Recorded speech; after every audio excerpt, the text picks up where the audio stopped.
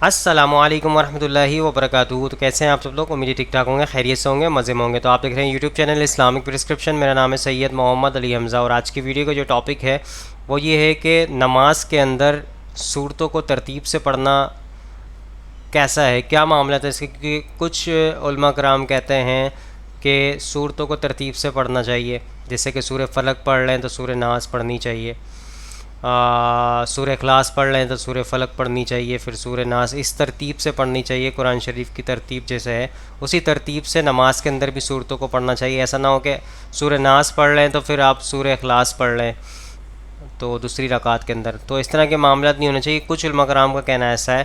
تو چلیے اس کی حقیقت کو جاننے کی کوشش کریں گے کہ ترتیب سے پڑھنا چاہیے کہ بغیر ترتیب کے بھی پڑھ سکتے ہیں، کیا معاملہ. تو چلیے علماء کرام سے جانتے ہیں. تو ویڈیو کو اسٹارٹ کرتے ہیں. سب سے پہلے ہمارے ساتھ موجود ہیں مفتی اکمل صاحب کا موقف سنتے ہیں، وہ کیا کہتے ہیں اس حوالے سے. اور صورتوں کی ترتیب جو ہے وہ دو اس میں مسئلے ہوتے ہیں. ایک تو یہ کہ پہلے والی، اگلی رکعت میں سے آگے والی، یہ تو واجب ہے. اور دوسرا ہے کہ پہلے میں تھوڑی بڑی، دوسری میں تھوڑا چھوٹی، یہ واجب نہیں ہے، مستحب ہے.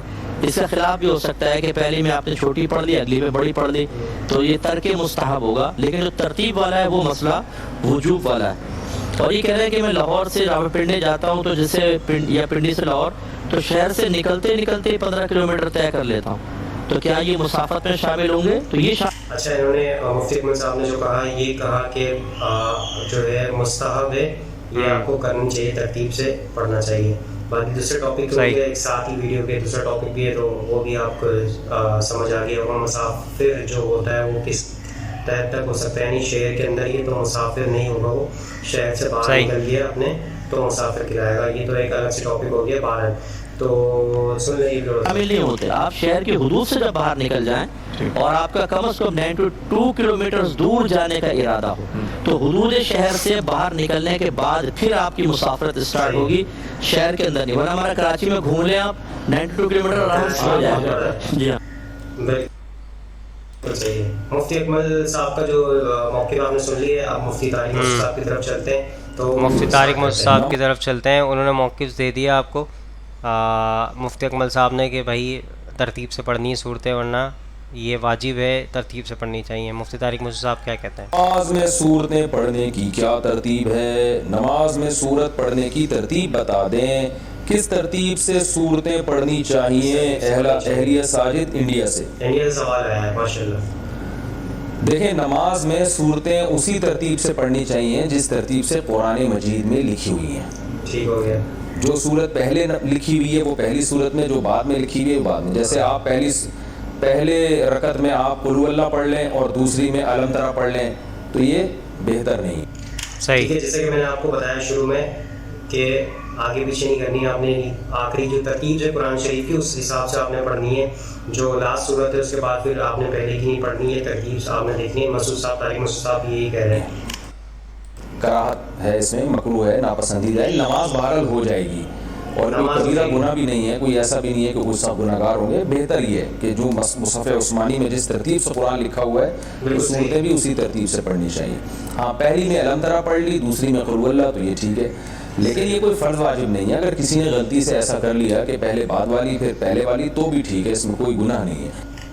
اب طارق صاحب نے کہا کہ فرض واجب نہیں ہے، اس میں کوئی آگے پیچھے بھی کریں تو کوئی مسئلہ نہیں ہے، ہو جائے گی، نماز بھی ہو جائے گی، اس کو کوئی گناہ گار نہیں ہوگا. مسعود صاحب، طارق مسعود صاحب یہ کہتے ہیں. تو چلیے اب ایڈوکیٹ فیصل صاحب سے سنتے ہیں اور وہ کیا کہتے ہیں. سو طارق مسعود صاحب کا موقف سن لیا. انہوں نے کہا کہ نماز آپ کی جو ہے ہو جاتی ہے، لیکن یہ عمل کرنا چاہیے کہ قرآن کی ترتیب کے مطابق ہی کرنا چاہیے. ایڈوکیٹ فیصل صاحب کیا کہتے ہیں اس حوالے سے؟ پیچھے میری پرانی ریکارڈنگ بھی آ رہی ہے، تو دوبارہ سے ری اپلوڈ ہو رہی ہے، تو اس وجہ سے تھوڑا سا آپ کو مسئلہ ہو سکتا ہے کہ ڈبل وائس آ رہی ہو، پیچھے بھی آ رہی ہو، میری بھی آ رہی ہو. بھائی نے ایک سوال کیا نماز میں تلاوت کے اعتبار سے، تو میں نے کہا کہ قرآن کی ترتیب کو لکھا جائے گا، مصحف بنے گی، چھاپی جائے گا، تو اس میں تو چینج نہیں ہوگی. بھائی کا کوشچن ہے کہ نماز میں کیا اس کی ترتیب چینج کی جا سکتی ہے، اس کو فالو کرنا ہے. فار ایگزامپل جو سورہ پہلے سورہ اخلاص وہ پہلے 31 نمبر کا سورہ ہے اور سورہ اخلاص 12 نمبر کا سورہ ہے، تو کیا وہ ترتیب فالو ہوں گی؟ اگر ہم سورہ عصر پڑھنا ہے تو پہلے سورہ عصر یا سورہ نصر پڑھنا ہے سورہ عصر تبھی پڑھیں گے، یا آگے پیچھے بھی ہو سکتا ہے. لیکن مستحب ہے، مستحب مطلب ریکمینڈیڈ ہے.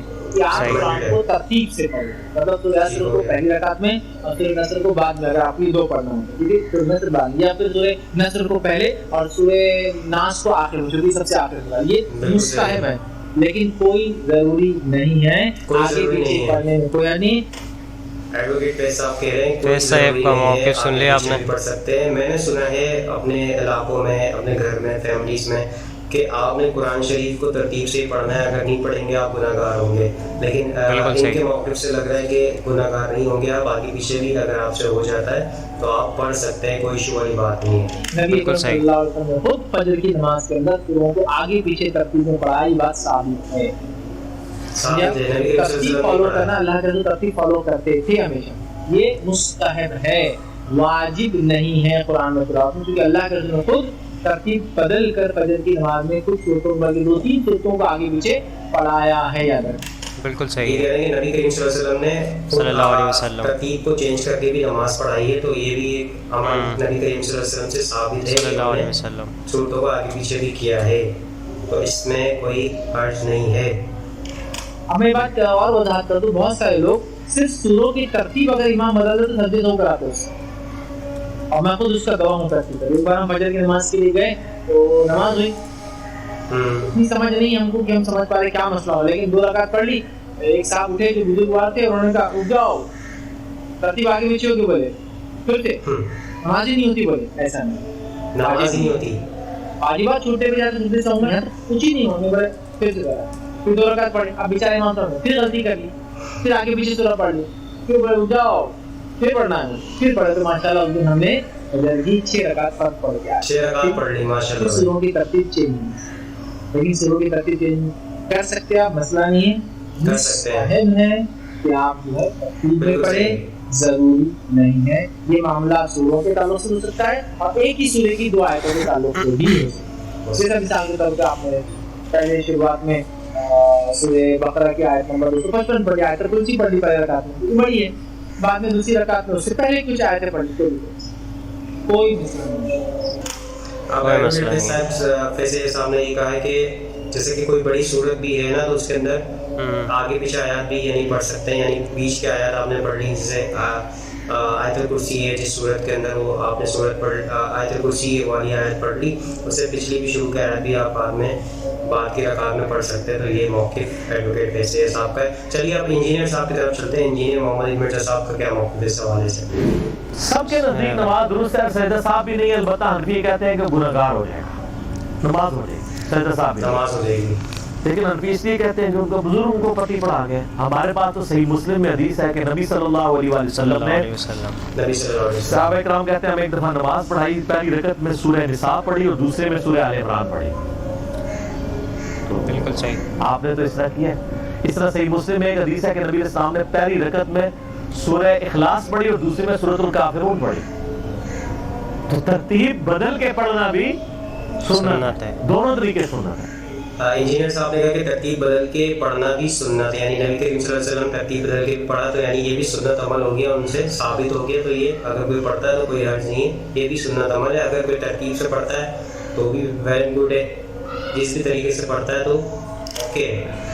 ترتیب سے بھی پڑھے کوئی وہ بھی سنت, ترتیب بدل کے بھی پڑھے وہ بھی سنت. سیدہ صاحب تو ویسے کسی کے نزدیک وہ کہتے ہیں جی قرآن الٹا نہ پڑھو کہ اللہ تمہارا دل نہ الٹے گا.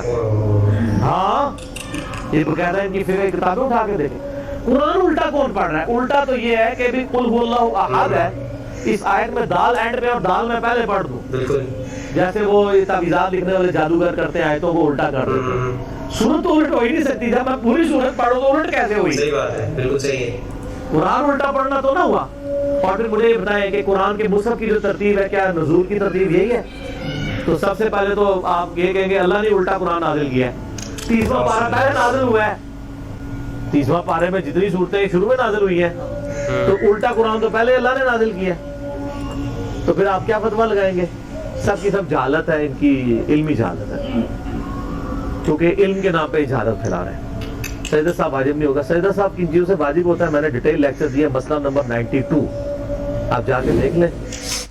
دوستو انجینئر صاحب نے کہا کہ یہ علم کی جہالت ہے اس کے معاملات میں, تو دوستوں آپ کے سامنے سارے موقف پیش کر دیے علماء کرام کے. تو اس سے ہی پتہ چلتا ہے ہمیں کہ صورتیں جو ہے آگے پیچھے بھی پڑھ سکتے ہیں ہم, اور ترتیب سے پڑھیں تو اچھی بات ہے, نہ پڑھیں تو کوئی مسئلہ والی بات نہیں ہے, آپ کی نماز ہو جاتی ہے. تو آئی ہوپ آج کی ویڈیو آپ سب کو پسند آئی ہوگی. تو لائک کمنٹ شیئر ضرور کیجیے گا, چینل کو سبسکرائب کر دیں اور اس ویڈیو کو زیادہ سے زیادہ لوگوں تک شیئر کریں تاکہ حق بات لوگوں تک پہنچے, آپ بھی صدقے جاریہ میں شامل ہو جائیں. انشاءاللہ نئی ویڈیو میں ملاقات ہوگی. یہاں پہ دیجیے اجازت, دعا میں یاد رکھیے گا, اپنا خیال رکھیے گا. اللہ حافظ, فی امان اللہ. اے خدا جس نے کی جستجو مل گیا سب کا تو ہو رہنما.